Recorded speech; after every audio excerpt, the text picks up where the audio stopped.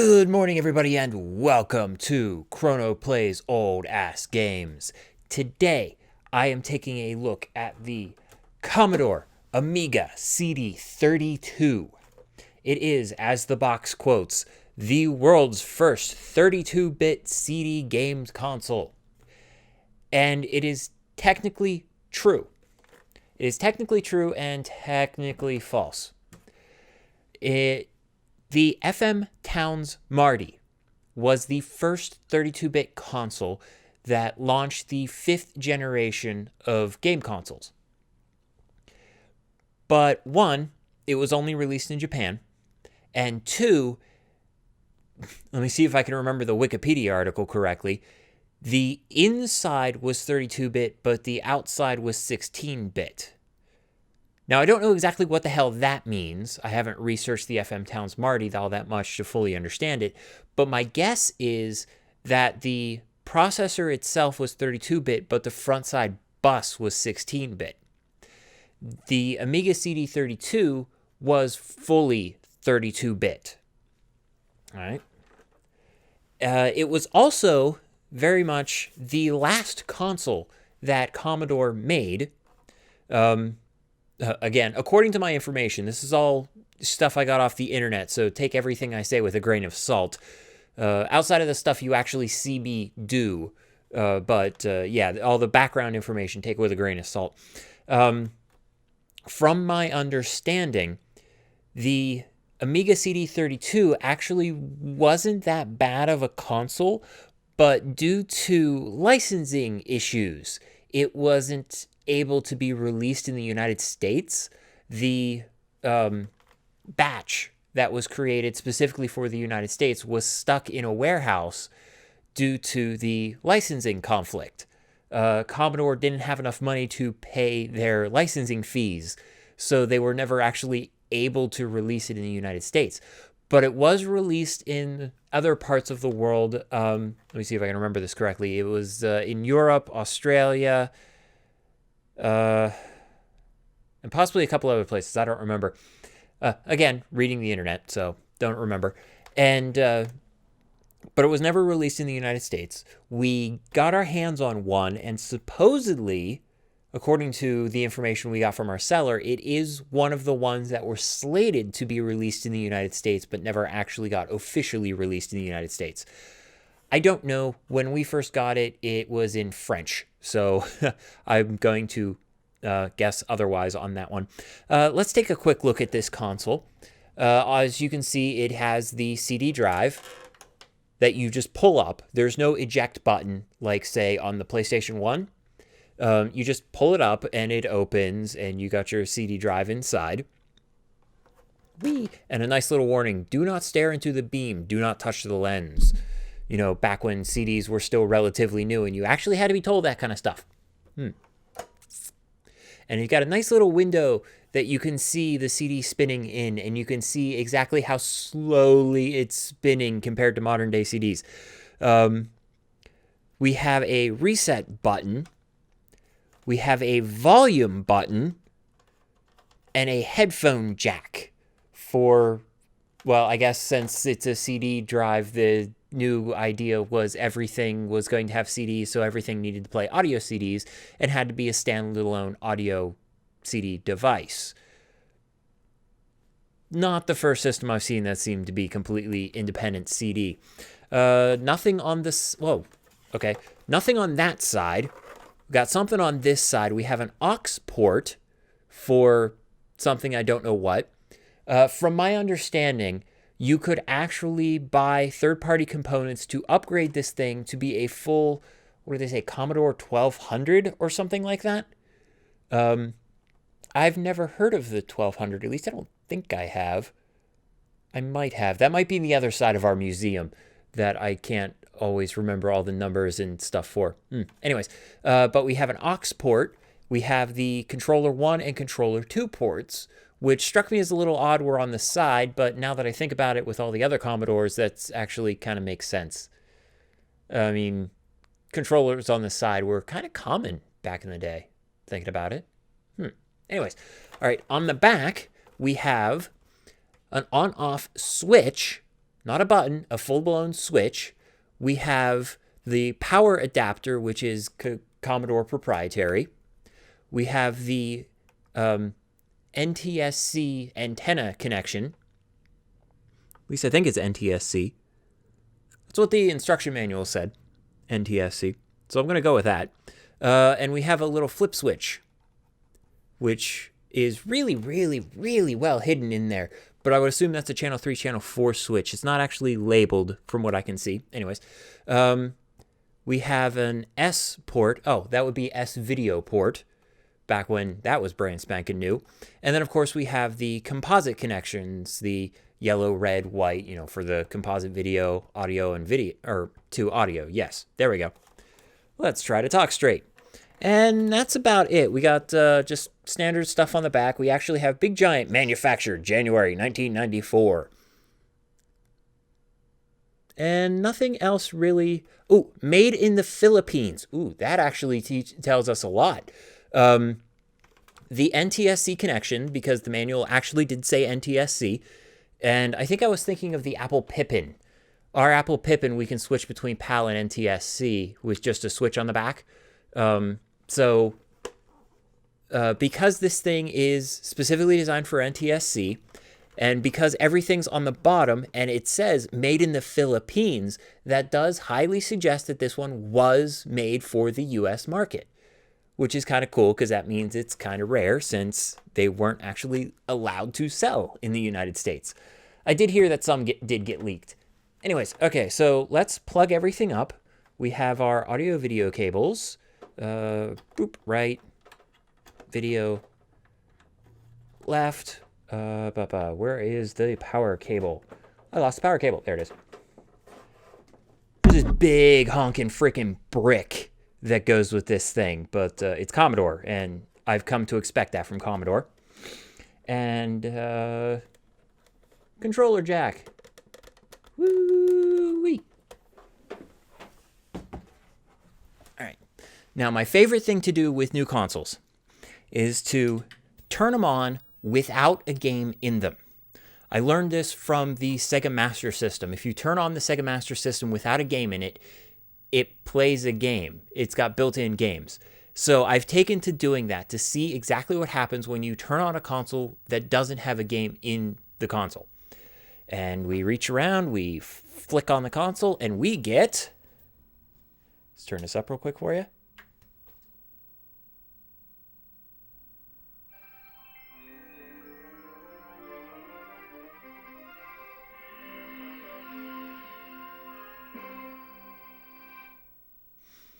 This very, very flashy, and I mean very flashy, epic intro for the Amiga CD32 with the whole rainbow spectrum thing going here. And it's, as my dad put it, that's somebody who has confidence in their design that they put that in there. And I like it. I like it a lot. And I'm going to turn this back down because the microphone isn't all that great. I don't want to be screwing with the audio here while I'm talking. All right, so we have this as our intro. That's all it does, and it just flashes its very, very colorful, you know, aurora, basically. I mean, that's what that is. Or is that Borealis? Wait, which one's which? Aurora Borealis is the northern lights, but is the aurora the north part, or is the Borealis the north part? I forget. Anyways.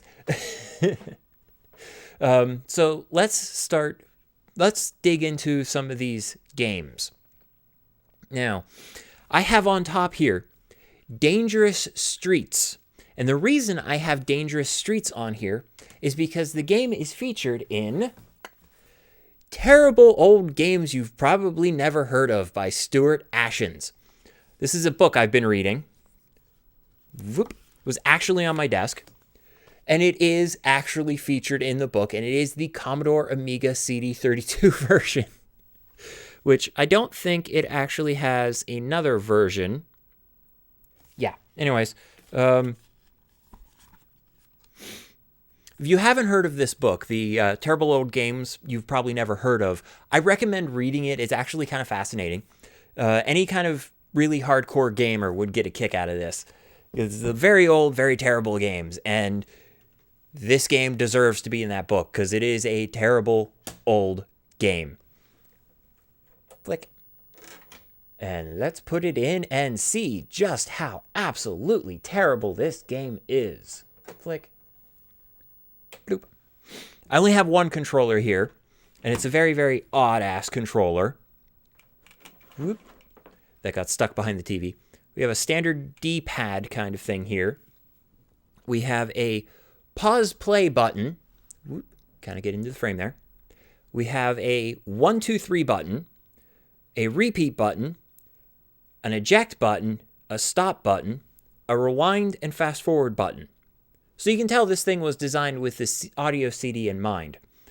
But that's where it gets kind of weird because the labeling of the buttons doesn't really fit with gaming as we're used to it. So it's kind of hard to keep track of it. You have to pay attention to the little messages that come up. You know, press yellow button, or in another game, it's press the 1, 2, 3 button. It's very, very strange. So yellow button for instructions. And then we have text that I can barely read. Use direction control on the joypad to move the instruction pages. Press red button to exit. Dangerous streets. Loading. Insert the CD as described. Blah, blah, blah. You may select the joypad or joystick by pressing the yellow button. The option screen gives you the following options. Play against another player. Play against the computer. Play against the tournament. Or play in a tournament. Music is FX. Sound effects. Easy, medium, hard. Wow. Wow. Okay, there we go. Holy shit. Oh, it's got details on the actual characters in the game. So it's like the manual, which is a full-size manual. I don't feel like fishing it out of the jewel case right now, but it's a real thing. All right, let's get out of here. Press fire to start. I don't know which button is fire. I push the red button. Okay, so we got player versus player. Player versus CPU, and tournament. Oh, and we have sound effects, CD music FX. Could I change that? Oh, I get it. Those are the choices. We have sound FX and CD music plus SFX. Okay. And then difficulty level, easy, normal, hard. Whoop. All right. Let's just do player versus CPU. I'm pushing the red button, by the way, which I'm assuming. Pick a random character. Yeah, let's pick the blue guy, and then the computer picks. And then it's got voices that say who these people are, which is really weird. And then it loads. Shouldn't take too long. I think it's kind of strange, and I've noticed this in a couple of games. It renders to here on the screen, but yeah, very, very strange game. What the hell am I? I'm pushing buttons. I don't know what these buttons do. They don't seem to, like... Okay, so the red button is like a kick thing. The green button is a punch-like thing, but it's jumping when I punch.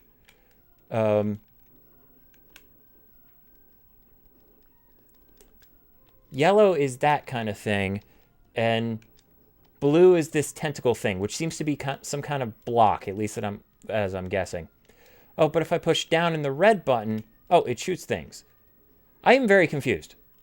This is a very strange and really poorly made game. Seriously. It deserves to be in the terrible old games you've probably never heard of book. Seriously.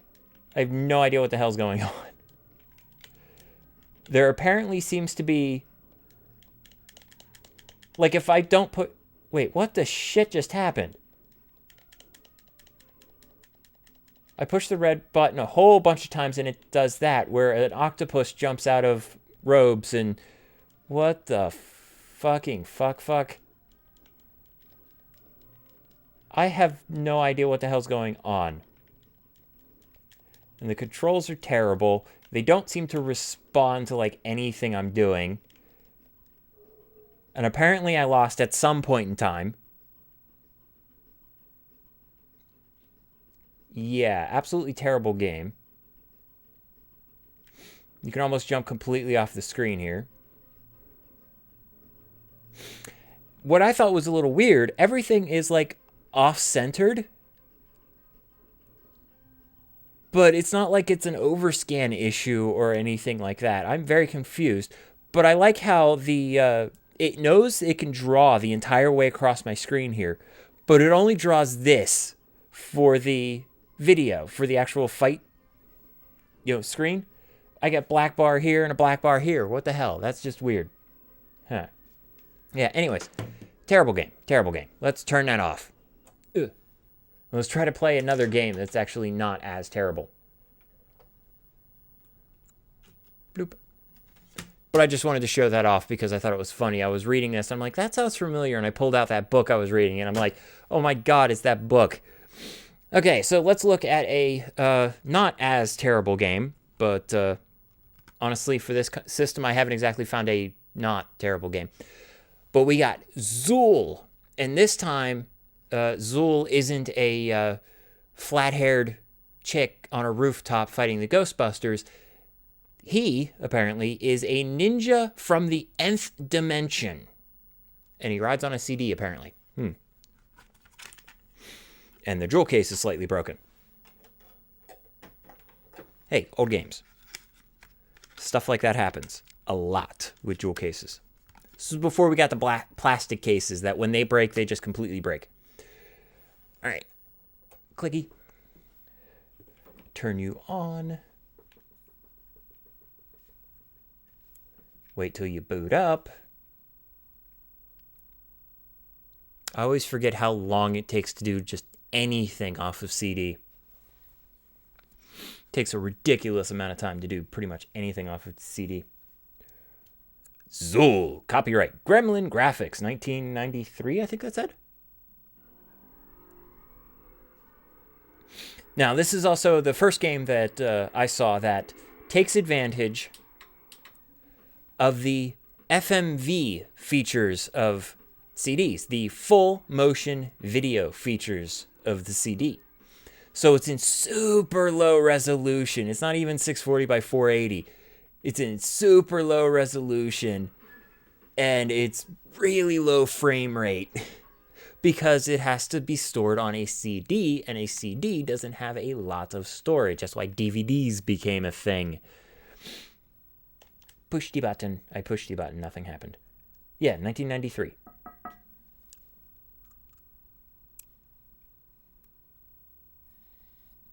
Still waiting for it to load. There we go. All right, press the 312 button to start. Boop. Prepare yourself. That's what they mean by prepare yourself. Sit the controller down and wait. Oh, there are a bunch of smiley faces in the background that you probably can't see because they're zipping by too damn fast, and this is a CRT monitor. But what I do think is weird is this one's doing it as well, where it's filling in the entire screen with one color, but it's only drawing a small portion. Well, okay, it's a large portion, but it's only drawing most of the screen, not all of it, which I thought was really weird. Okay, so we have Area 1-1, get ready. And the first time I played this game, I sat here for several minutes getting ready, so to speak. By get ready, what they actually mean is push a damn button. All right, so now we have something that reminds me of Sonic-ish, okay? And we have, if I push the green button, we fire this ball. The red button jumps.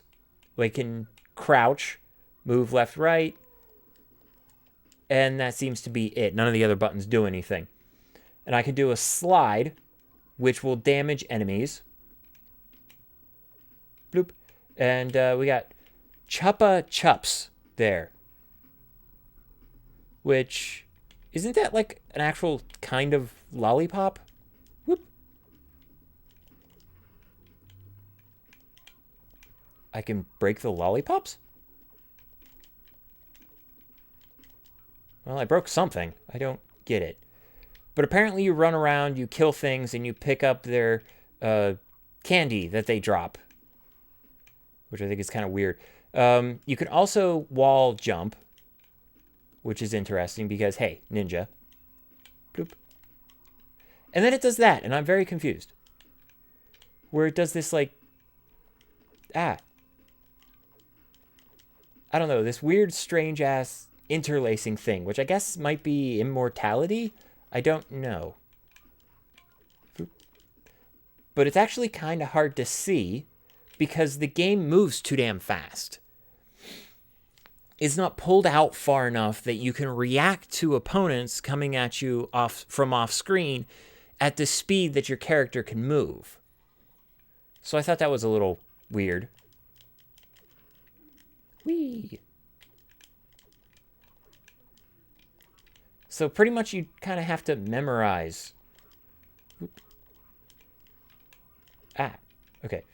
Yeah, you'd pretty much have to memorize where your enemies are. And they respawn too, so it's...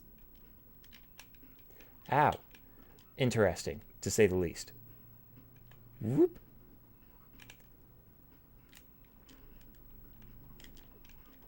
And apparently if things are frosted, they're slippery.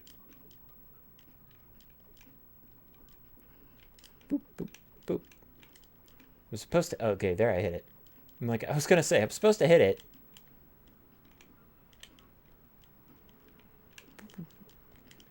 Oh, and then we got too many things on the screen at once. It couldn't process it.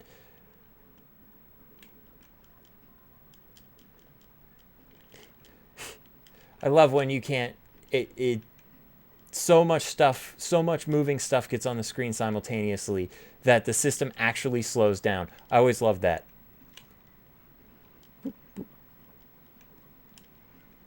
There, I died. Yeah, I don't understand this game either. This is a very, very strange game. So let's move on to one final game that I want to show off. Boink. We have a bunch of games for this, and I haven't looked at all of them yet.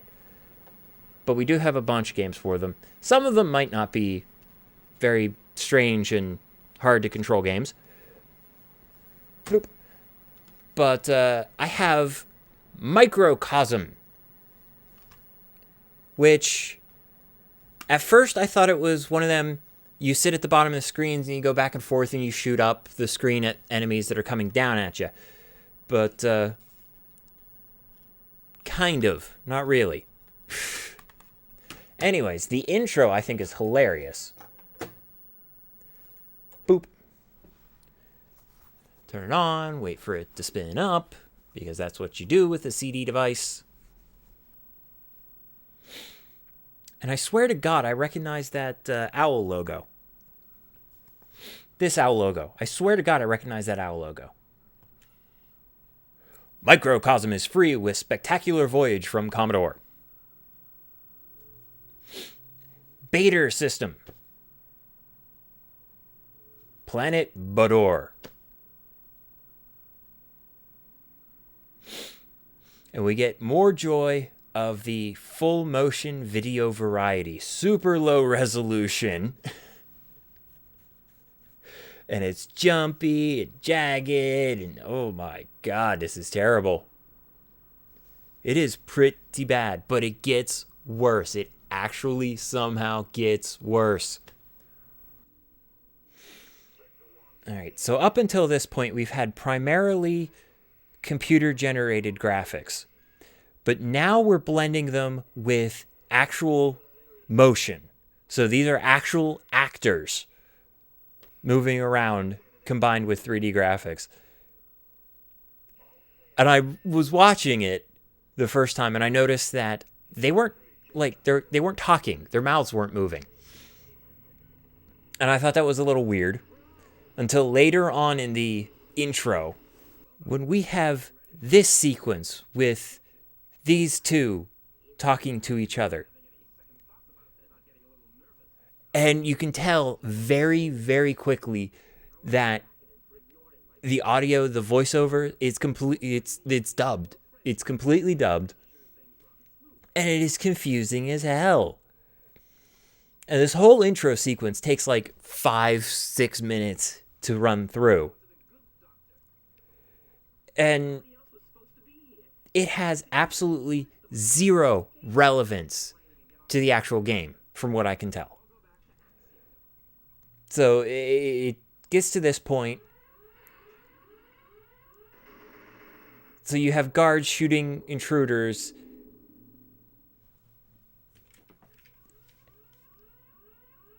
I don't get it. I have no idea what the hell's going on, honestly. Not a freaking clue. Apparently Axiom means something. Microcosm is free with spectacular voyage from Commodore. That keeps popping up. And then you have this. Where it's a shooter with a very strange video behind it. And you shoot things and they shoot you, so basic ship shooter. But as far as I can tell, you can't dodge enemy fire or anything. And I can push a button and make the screen wig out. And I have no idea what the hell that does. And I'm just very confused as to what the hell's going on. Because if you were just paying attention to the intro video there, you would have no idea what the hell's happening. Not a freaking clue. The title, Microcosm, tells you more about the game than that intro sequence there. Seriously.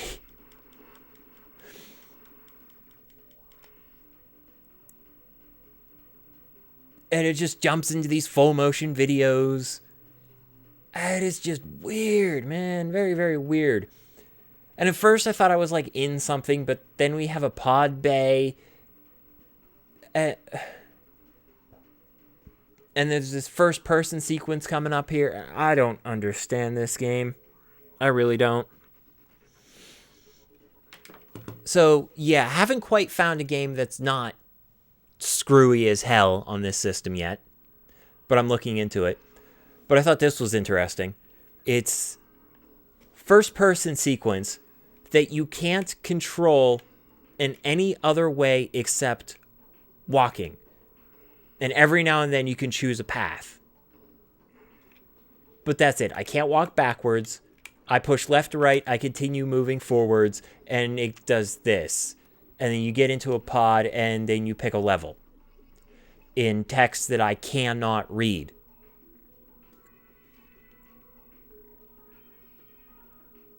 I don't understand what the hell's going on. I really don't.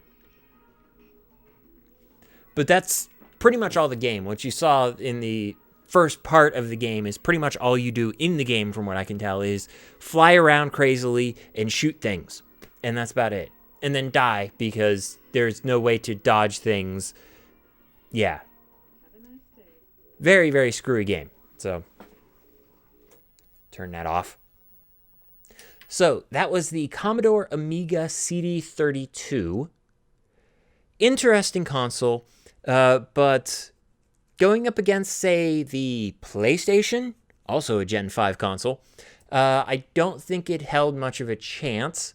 However, it did seem to want to pick up, but of course Commodore was going bankrupt, and the Amiga died because Commodore went bankrupt, not because it was a failure of a console or anything, from as far as I can tell, but just because Commodore went bankrupt and went out of business. So, yeah.